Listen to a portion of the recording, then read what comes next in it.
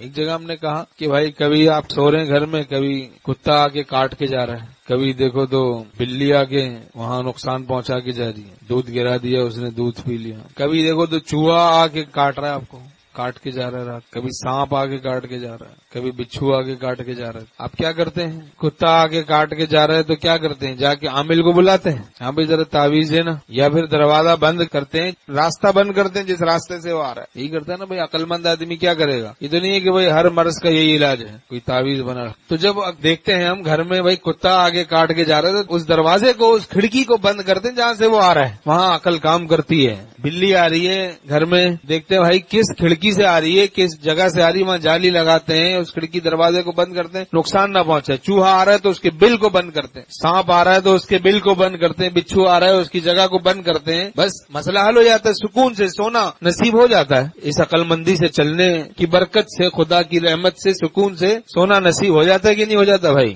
تو ہم دیکھ رہے ہیں کہ بھائی ایک دروازے سے جادو آ رہا ہے، ایک کھڑکی سے جن آ رہا ہے، کیا مطلب کہ گناہ جو ہم کر رہے ہیں اسی کھڑکی اور دروازوں سے یہ بلائیں آ رہی ہیں، بد نظری جو ہم کر رہے ہیں، تو اب اس کو بند کریں اس دروازے، تو انشاءاللہ یہ سحر، جادو، جنات اور دوسری بہت سی بلائیں خود ہی بند ہو جائیں گی۔ مال میں تنگی، بے برکتی، نقصانات، لڑائی جھگڑے، فسادات، کتنی بیماریاں، مصیبتیں، اختلافات، نا اتفاقیاں، ٹینشن، ڈپریشن، پاگل پن، بلائیں تیر فلک کما ہے، چلانے والا شہنشاہ ہے، اسی کے زیر قدم اما ہے اور کوئی مفر نہیں ہے۔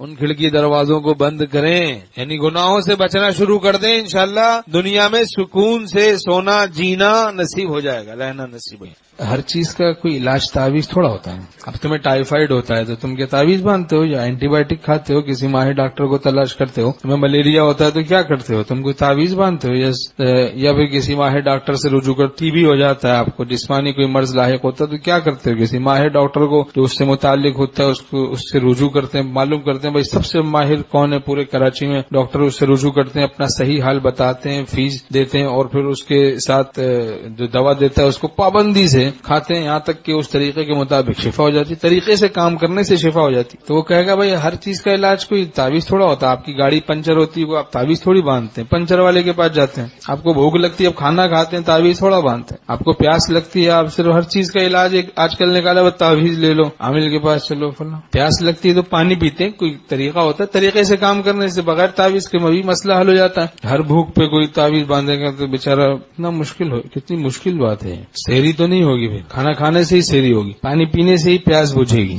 اس سے متعلق جو کام رکھا گیا ہے تکوینی طور سے، تو اس کو اختیار کرنے سے پھر مسئلہ حل ہو جائے گا۔ تو وہ کہے گا کہ بھائی یہ بات جب سمجھ میں آ گئی کہ ہر چیز کا کوئی علاج تعویذ سے نہیں ہو جاتا، بلکہ کوئی اس سے جو تدبیر ہے مناسب، جو مشروع شریعت تعلیم کرے، اس وقت کا تقاضا بتائے، اس تقاضے کو پورا کرو، تمہارا مسئلہ حل ہو جائے گا۔